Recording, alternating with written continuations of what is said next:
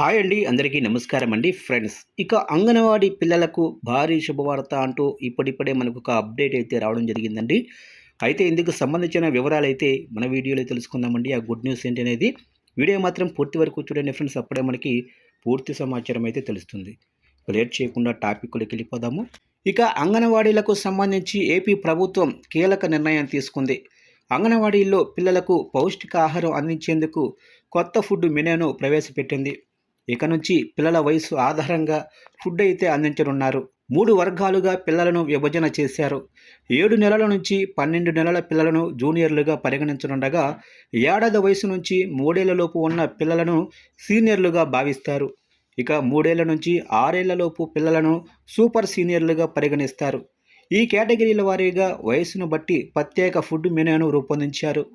ఈ కొత్త మెనూను అంగన్వాడీల్లో అమలు చేయాలని అధికారులకు ప్రభుత్వం ఆదేశాలు జారీ చేసింది.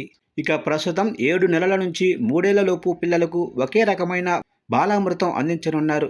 ఇందులో భాగంగా నెలకు 2.5 కిలోల చొప్పున బాలామృతం అందిస్తున్నారు. ఇకపై వయసు ఆధారంగా అందిస్తారు. ఇక 7 నుంచి 12 ఏళ్లలోపు చిన్నారులకు గోధుమలు, శనగ నూనె, కందిపప్పు కలిసి బాలామృతం తయారు చేస్తారు. దీనిని 1.5 కిలోల చొప్పున 7 నెలల నుంచి 12 నెలల వయసు మధ్య ఉన్న చిన్నారులకు అందిస్తారు. ఇక ఏడాది నుంచి 3 ఏళ్లలోపు పిల్లలకు 2.5 కిలోల చొప్పున అందించనున్నారు. ఇక 3 ఏళ్ల నుంచి 6 ఏళ్ల వయసు ఉన్న పిల్లలకు వారంలో ఒకరోజు పులిహోర, అలాగనే వెజిటేబుల్ రైసు ప్రస్తుతం ఇస్తుండగా ఎగ్ ఫ్రైడ్ రైస్ కూడా అందించాలని కొత్త మెనూలో చేర్చారు. ఇక వారానికి 2 రోజులు ఎగ్ ఫ్రైడ్ రైస్ అందించనున్నారు. దీంతోపాటు సాయంత్రం సమయంలో ప్రోటీన్ కోసం ఉడికించిన శనగలు పంపిణీ చేస్తారు. అన్ని వంటల్లో తప్పనిసరిగా మునగాకును వాడాలని ప్రభుత్వం తెలిపింది. ఇక సిడిపిఓ, సూపర్వైజర్లు ఖచ్చితంగా మెనూను తనిఖీ చేయాలని ప్రభుత్వం ఆదేశించింది.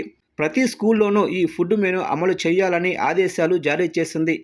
ఈ కొత్త ఫుడ్ మెనూతో అంగన్వాడీలకు వచ్చే చిన్నారులకు మెరుగైన పోషకాహారం అదనంగా అందుతోంది. చిన్నారుల్లో పోషకాహార లోపాన్ని నివారించేందుకు ఈ మార్పులు చేశారు. మంచి ఆహారం అందించటం వల్ల పిల్లల ఎదుగుదలకు ఉపయోగపడుతుందని భావిస్తుంది. అంగన్వాడీల్లో మంచి విద్యాభ్యాసం అందించటమే కాకుండా ఆహారం కూడా అందించాలని ప్రభుత్వం నిర్ణయం తీసుకుంది. కాగా ఏపీ ప్రభుత్వం అంగన్వాడీలపై ప్రత్యేక దృష్టి పెట్టింది.